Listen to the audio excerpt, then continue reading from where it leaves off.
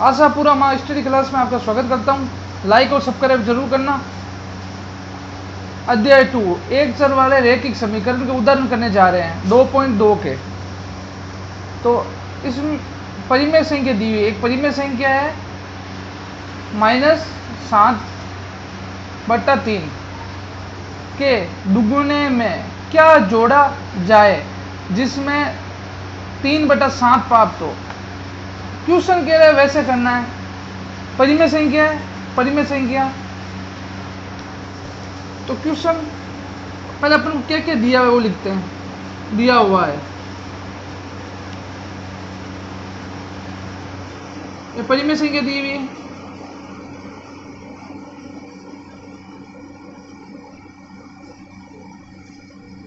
-7/3 के दुगुने में, ये दुगुने में, तो ये 2 से गुणा कर देंगे तब ये दुगुना हो जाएगा। क्या जोड़ा जाए, यहां तक ठीक है। मैं क्या जोड़ा जाए, तो माना कि -7/3 के दुगुने में x जोड़ा जाए।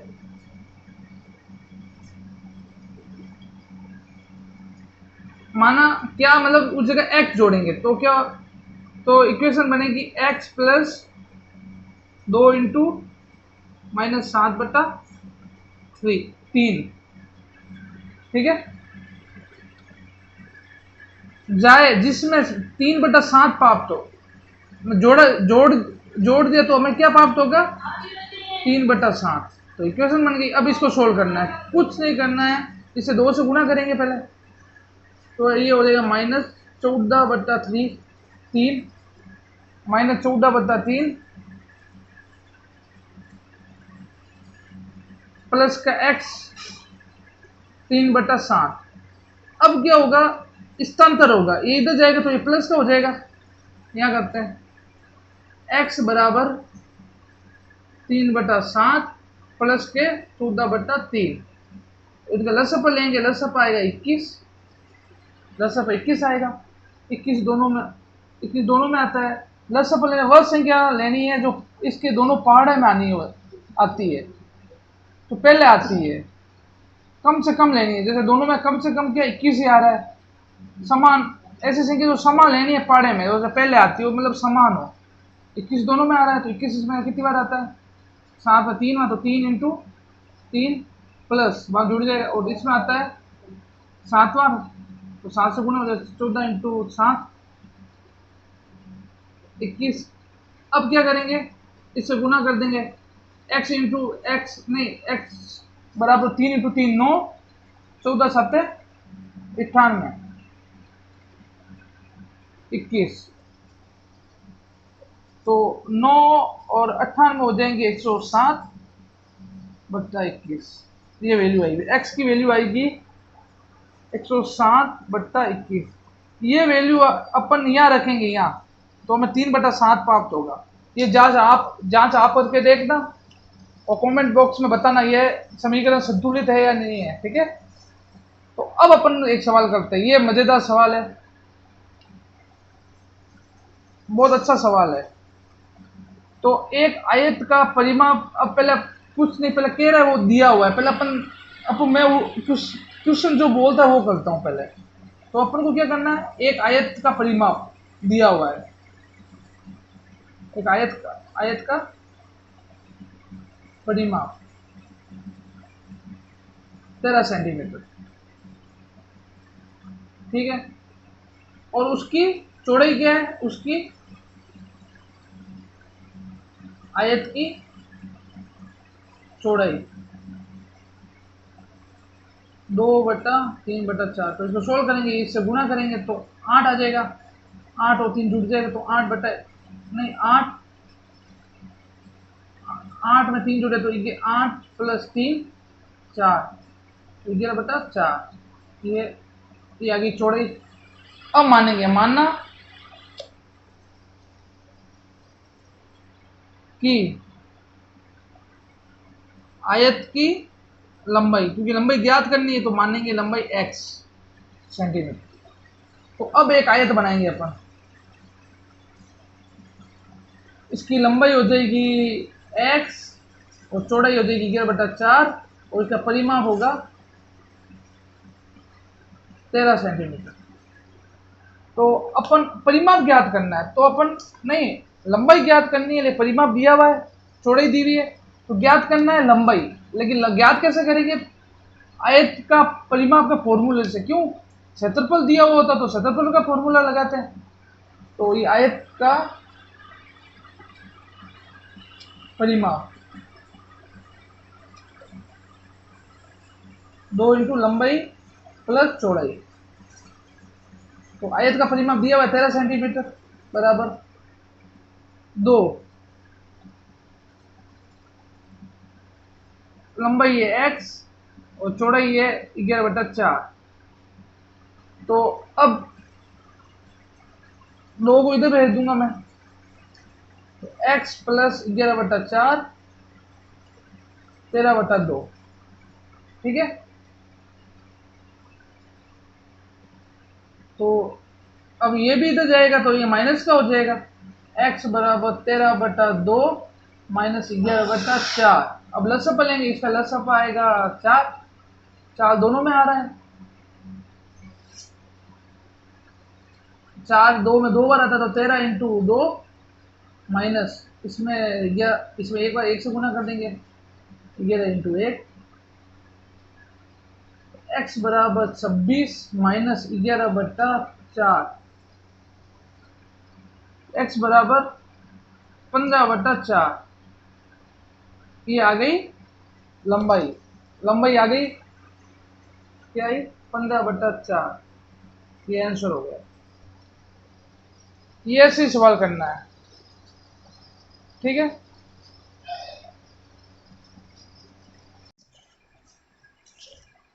साहिल की माँ की वर्तमान आयु, तो साहिल की माँ की वर्तमान आयु साहिल की वर्तमान आयु से 3 गुणी है। किससे 3 गुणी है? साहिल की माँ, साहिल की आयु से। तो साहिल की आयु अपन पता नहीं है, तो अपन माना कि साहिल की आयु है x वर्ष। तो साहिल की माँ की आयु साहिल से 3 गुणी है, तो 3 से गुना हो जाएगा, ये इससे 3 गुणी, तो 3 वर्ष, 3x वर्ष। अब आगे क्या क्वेश्चन कह रहा है? प्रश्न अनुसार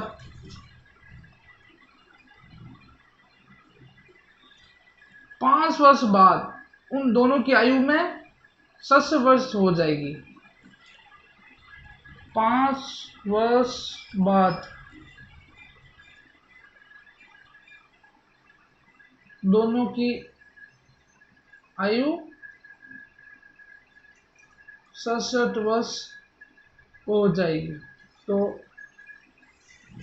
तो तो माना साहिल की आयु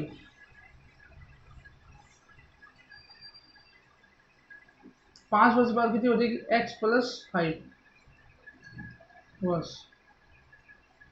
और साहिल की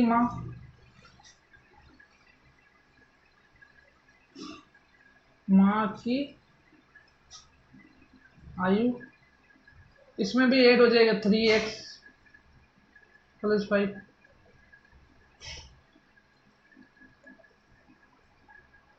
अब इन दोनों का योग, तो एक इक्वेशन बनाएंगे, ये समीकरण।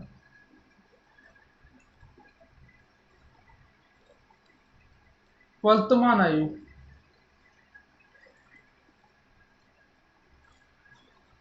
साहिल माँ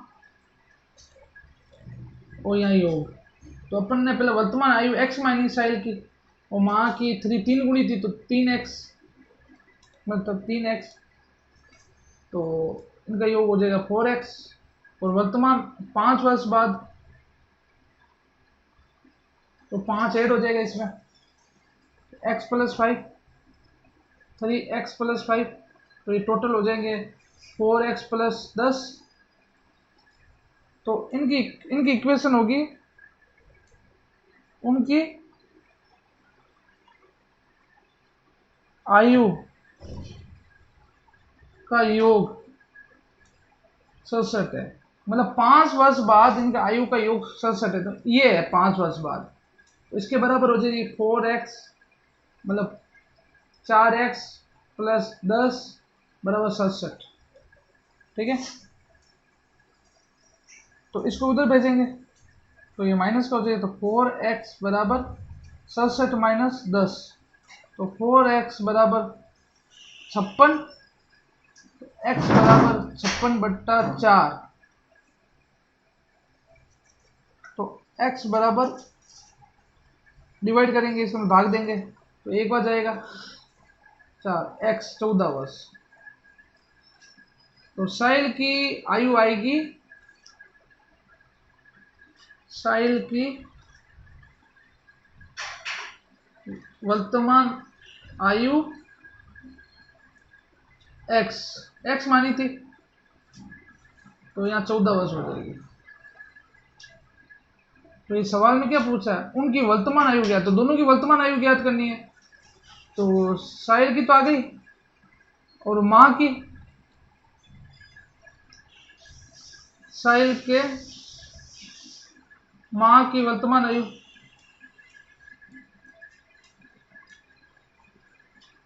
3 × 14 56 वर्ष।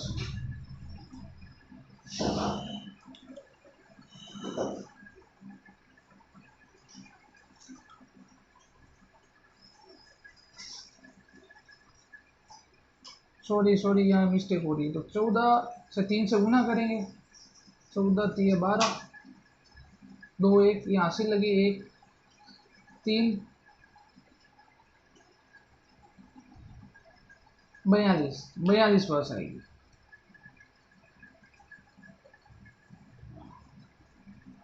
ठीक है, तो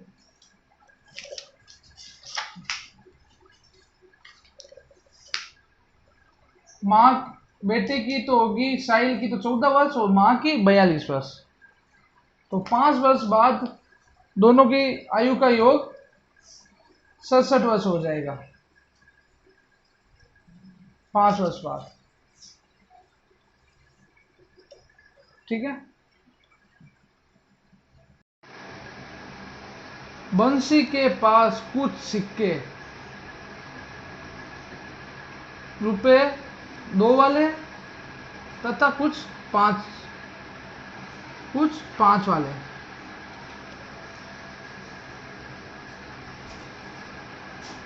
ये तो दो वाले सिक्के हैं और एक है 5 वाले सिक्के।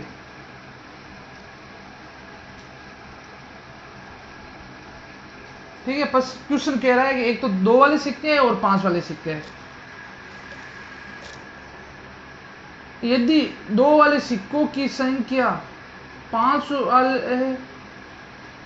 वाले सिक्कों की संख्या की तिगुनी हो, तो ये क्वेश्चन क्या कह रहा है कि 2 वाले सिक्कों की संख्या है ना 5 वाले सिक्कों से तिगुनी, मतलब ये तिगुनी है इससे, तो अपन माना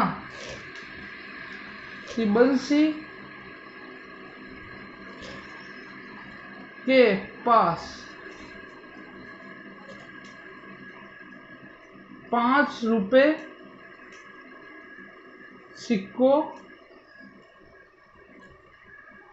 की संख्या x है, इससे तिगुनी है, तो ये अपने x मान लिया, तो बंसी के पास 2 रुपए के सिक्कों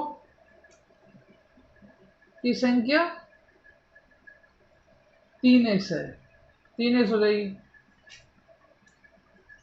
ठीक है, प्रश्न अनुसार कर रहे हैं, तो अतः तो मूल्यों का कुल योग 77 है। ठीक है, तो अब तो ये तो संख्या आई, ये तो संख्या है, मतलब सिक्कों का मूल्य निकालना है, पर मूल्य कितना है, तो पांच वाले एक्स सिक्कों का मूल्य, इसका अर्थ है कि 5 रुपए की सिक्के है ना, 5 रुपए के सिक्के, उसकी कुल संख्या कितनी है, मूल्य कितना है, तो ये x से गुना हो जाएगा। तो अपन ने x माना था यहाँ 5, इतने तो सिक्के हैं, और संख्या है, इतनी संख्या के सिक्के हैं और 5 रुपए के, तो x से गुना हो जाएगा 5, तब तो अपना मूल्य आएगा। तो x इंटू 5, तो 5x, ये मूल्य आया, ये टोटल मूल्य है। 2 रुपए वाले, ये तिगुना है तो 3x है, सिक्कों का मूल्य। अब अपन मूल्य निकाले, सिक्के तो इतने हैं, सिक्कों की संख्या भी पता चल गई, तो ये सिक्के हैं। जैसे आपको एक एग्जांपल समझाता हूं, जैसे ये पेन है 2 रुपए का, ये पेन है 2 रुपए का, तो इतने कितने 10 पेन है, तो अपन 10 से गुना करेंगे 2 से, तो इसका मूल्य आएगा। वैसे अपन इससे मूल्य निकाले, जैसे 5 रुपए वाले सिक्के हैं, उस सिक्कों की संख्या x है, तो संख्या से गुना करेंगे तो टोटल मूल्य आ जाएगा। जैसे 3x, ये हो जाए 6x, ठीक है। तो कुल मूल्य है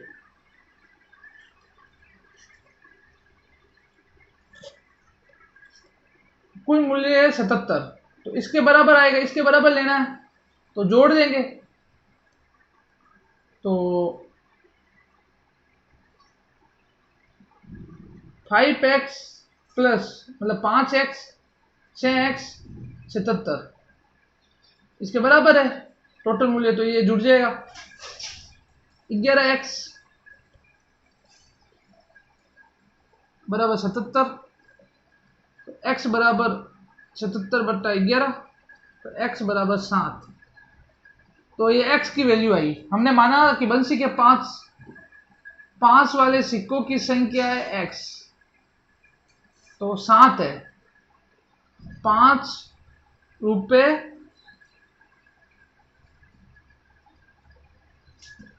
सिक्कों की संख्या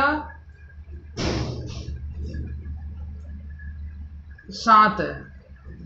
7 है सिक्के 5 रुपए के, तो 5 इंटू 7, तो टोटल कितना आ जाएगा, इसका मूल्य हो जाएगा 35, इसका मूल्य 35 हो जाएगा 5 रुपए वाला। दूसरा भी निकालेंगे, और 2 रुपए, वैसे बंसी के पास 2 रुपए सिक्कों की संख्या है 7 है, तो 7 यहां भी रखेंगे, तिगुना था, तो 3 इंटू 7 21 सिक्के 2 रुपए के, तो 21 सिक्के हैं। तो अपने यहां लिखा था, इसकी वैल्यू यहां रखेंगे। टोटल क्या है, 2 रुपए वाले 3x सिक्कों की मूल्य है 6x है, तो ये लिखे 6 इंटू 21, तो 6 12, तो 126। ये तो मैंने एक्स्ट्रा निकाला है, बस आपको तो यहां तक करना है, यहां तक। ये मैंने मूल्य निकाल दिया, आपको यहां तक करना है बस। ये आंसर है 21, एक तो है 35 नहीं 7 और 21, यही आंसर है, ठीक है। ये तो मैंने एक्स्ट्रा बता दिया।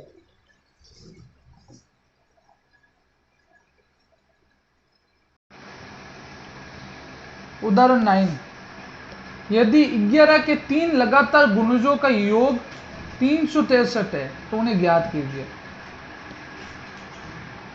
उदाहरण का हल। तो आपको पता है, तो 11 के गुणज निकालना है अपन को, 3 तो अपन को पता नहीं है, तो माना प्रथम 11 के गुणज, गुणज मतलब गुणा करना, 11 के गुणज 5th क्लास में आपने पढ़ा है, तो x है, प्रथम x है। तो गुणज कैसे कैसे बनते हैं, तब अपन जोड़ते हैं, 1 से 11 में 11 जोड़ें तो 22 बनेंगे, 22 में 11 जैसे गुणज बनते हैं। तो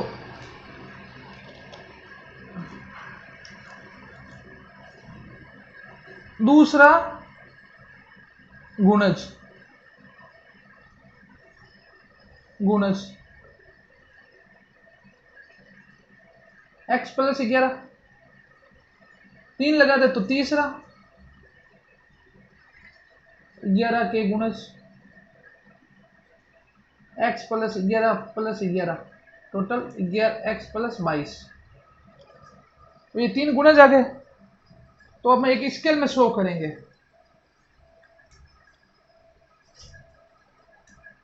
इधर x प्लस 11 x प्लस 22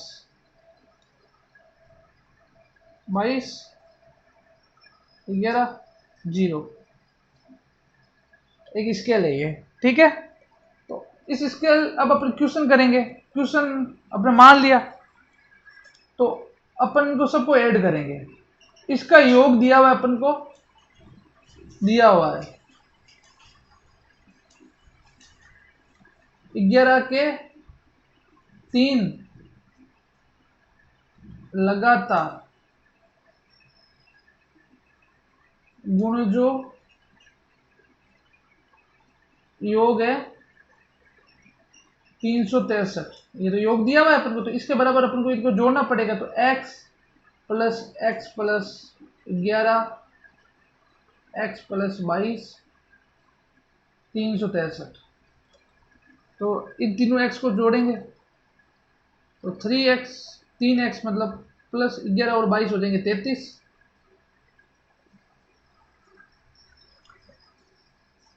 363, इसको उधर भेजेंगे तो माइनस का हो जाएगा, 3x 363 माइनस 33, तो 3x बराबर 330, तो x बराबर 330 बट्टा 3, तो x का भाग जाएगा 11 110, x की वैल्यू आएगी 110, ये वैल्यू अपन रखेंगे 11 के प्रथम गुणज, ये दिया हुआ है यहाँ, इसने माना था प्रथम तो हो जाएगा ये 110 और द्वितीय हो जाएगा 110 प्लस 11 121, और यह हो जाएगा 11 प्लस नहीं 110 प्लस 22 तो 132, तो ये 3 गुणज हो जाएंगे लगातार में, स्केल में शो करेंगे, एक तो 11 110 132, ये आंसर है।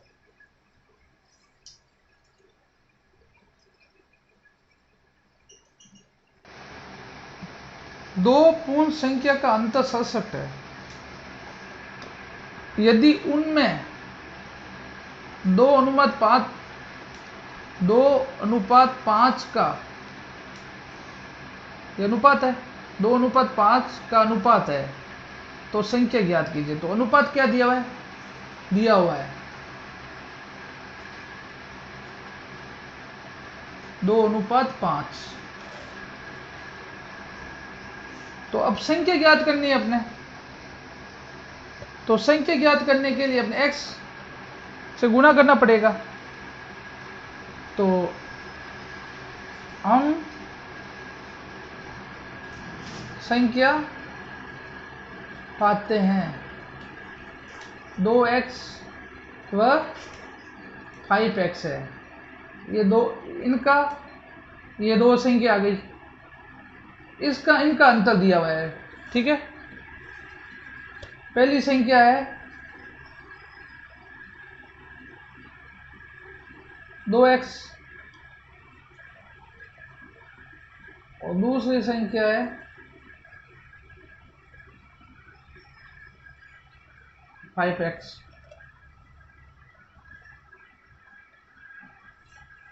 तो इन दोनों का अनुपात का अंतर तो संख्या में चेंज कर दी, क्यों संख्या में, क्योंकि संख्या में दिया हुआ है तो इस संख्या में इनका अंतर है 5x माइनस 2x बराबर 67, 5x माइनस 2x बराबर 67, तो इससे माइनस हो जाएगा, तो 3x बराबर 3x बराबर 67, तो x भाग चला जाए तो x बराबर 22, तो ये वैल्यू x की वैल्यू आ गई। तो ये वैल्यू यहाँ रख देंगे संख्या में अपना माना जो 2 इंटू 22, 5 इंटू 22, तो ये हो जाएगा 44, ये हो जाएगा 110, तो 44 110 माइनस 44 67 आएंगे ना, और ये आंसर है।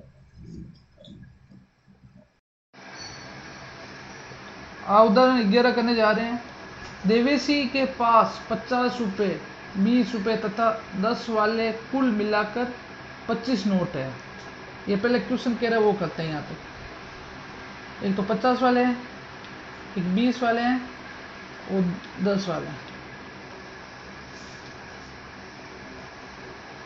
ये 20 ये नोट है, एक तो है 50, 20, 10, टोटल नोटों की संख्या है 25 नोट है। ठीक है, ये क्वेश्चन कह रहा है प्रश्नानुसार।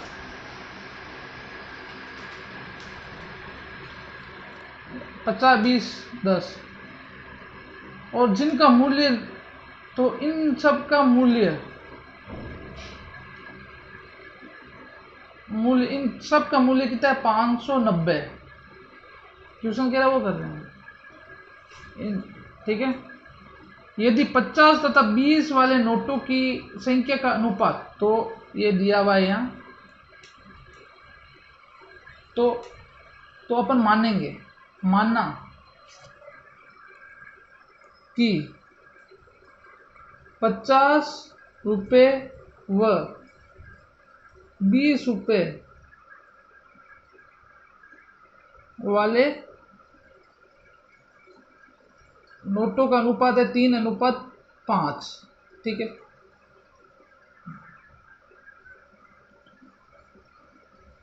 माना नहीं, अभी तक ये दिया हुआ है कि 50 व 20 रुपये वाले नोटों का अनुपात है, तो अब मानेंगे।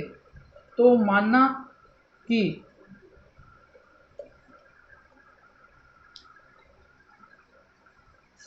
नोटों की संख्या, पहले तो 50 रुपये वाले होगी 3x और 20 रुपये वाले की होगी 2x। ये संख्या आ गई है। 50 रुपये के नोट है इतने और 20 वाले नोट है, ये संख्या में निकाल दिया, अनुपात में दिया तो अपने संख्या में चेंज कर दिया। तो 10 वाले संख्या निकालनी है, 10 वाले संख्या इसमें दिया नहीं है क्वेश्चन में, तो अपन निकालेंगे। तो 10 वाले रुपये नोट में से टोटल कितने नोट है 25 है, कुल नोट कितने हैं, कुल नोट 25 है संख्या नोट, तो इसमें से माइनस करेंगे इसको 3x प्लस 2x, मतलब 3x प्लस 2x, तो 10 रुपये वाले की आ जाएगी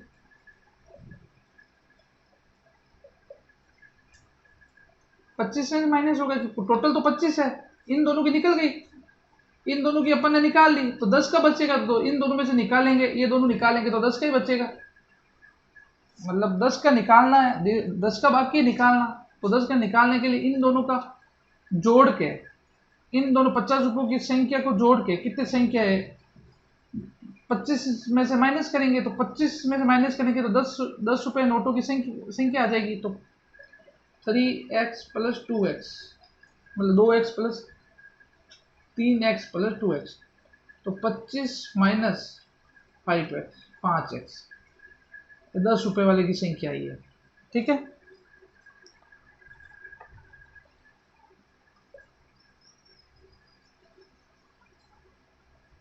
हाँ मिस्टेक हो रही है, सॉरी, यहाँ 5 आएगा, 5 आएगा, ये 2 नहीं है, 5 दिया हो रहा, सॉरी मिस्टेक की वजह से।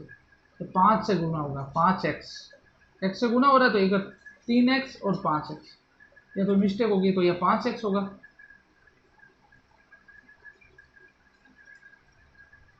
तो ये 8x हो जाएगा, 8x टोटल। ठीक है, इक्वेशन बन गई। तो हमें प्रत्येक नोटों की संख्या ज्ञात करनी है कि प्रत्येक नोटों की मूल्य क्या है, संख्या ज्ञात करनी है कि कितने नोट है। तो अपने x माना अभी तो कुल धन कितना है, कुल धन है 590। ठीक है, इसके बराबर अपन ने निकाल लिया, बराबर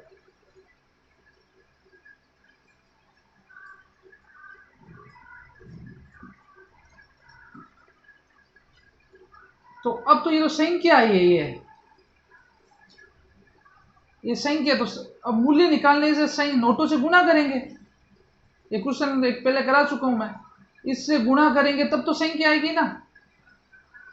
तो 3 से गुणा करेंगे तो 150x, 5 से गुणा करें तो 100x, ये संख्या आ गई। और इससे गुणा करेंगे 10 का तो 250 माइनस 80x, ये टोटल संख्या है। मतलब 50 रुपए के में इतना मूल्य है, 50 रुपए वाले नोटों के संख्या इतना मूल्य है, ये मूल्य आ गया है। इसके मूल्य तो इसके बराबर लिखेंगे, तो 150x plus 100x plus 250x minus 80x, ये इक्वेशन बन गई। तो 590 ये जुड़ जाएगा, ये एक 150x plus 100x plus 250 minus 80x, तो ये जुड़ जाएंगे, एक्स एक्स की वैल्यू जुड़ जाएगी। पहले ये हो जाएगा 250, 590 माइनस 590 माइनस इधर आ जाएगा 250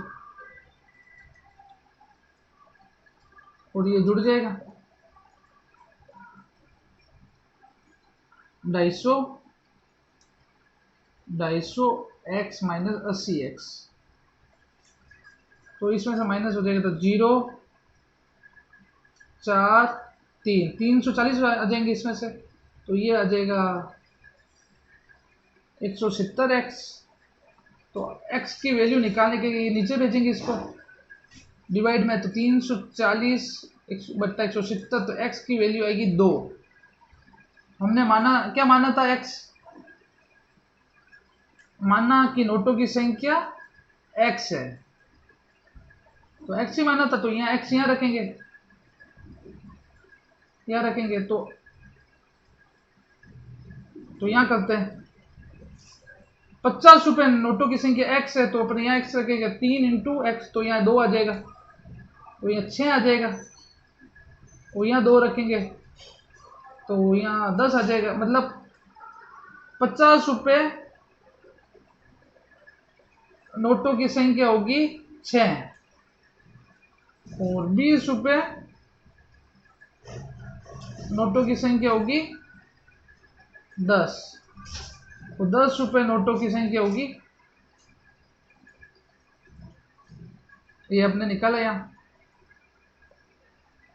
25 माइनस, ये रहा 25 माइनस 8x, तो 25 माइनस 8 इंटू 2, 25 माइनस 16, तो कितने बचेंगे। अब 25 10 निकाल दिया, 15 में से 9 निकालो,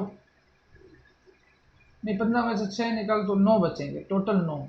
तो इसका आंसर आएगा यहाँ 50 रुपए नोटों की संख्या हो जाएगी 3 से 6 और 20 रुपए नोटों की संख्या हो जाएगी